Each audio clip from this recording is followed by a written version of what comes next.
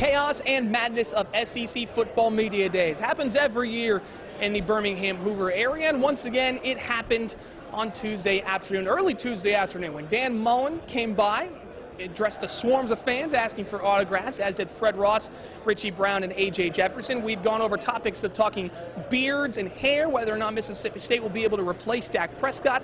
Now it's the big subject. It was the pressing topic. Many questions were asked regarding Jeffery Simmons. The former Knoxville County Tiger star has enrolled at Mississippi State, and supposedly that one-game suspension will be in that South Alabama game, so he will be ready to play against South Carolina. That's what we are assuming. That hasn't been completely confirmed yet, but Mississippi State was grilled on all sorts of questions regarding Jeffery Simmons. One of the big ones with Dan Mullen and players was whether or not the team was addressed regarding Simmons' status and whether or not he would be attending Mississippi State. That question was addressed multiple times. Here's Dan Mullen and players. We did then have a discussion with the players on the team because, I think a lot of them had saw 10 seconds of video and that's all they knew.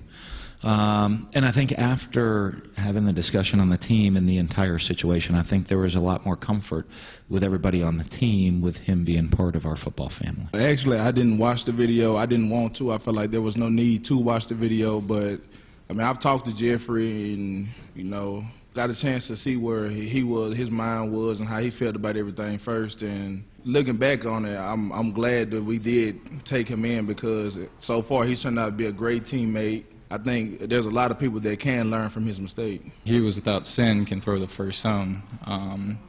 Not that it's right, and it's tough for everybody. It's a tough situation. But Jeffrey's working really hard. He's doing a lot of counseling. You can tell he's remorseful, and he's working hard to prove people wrong about him. And I pray that people will see it in their hearts to forgive.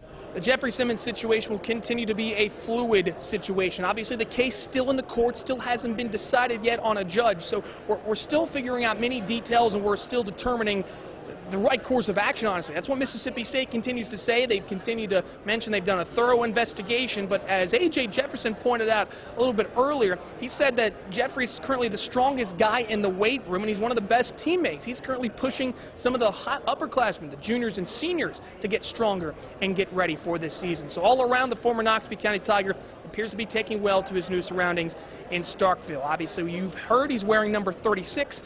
That last guy to wear number 36 was the late Nick Bell. That has not been confirmed if he will wear 36, according to Dan Mullen, but it is on the roster according to their media guide. So take that for what it's worth.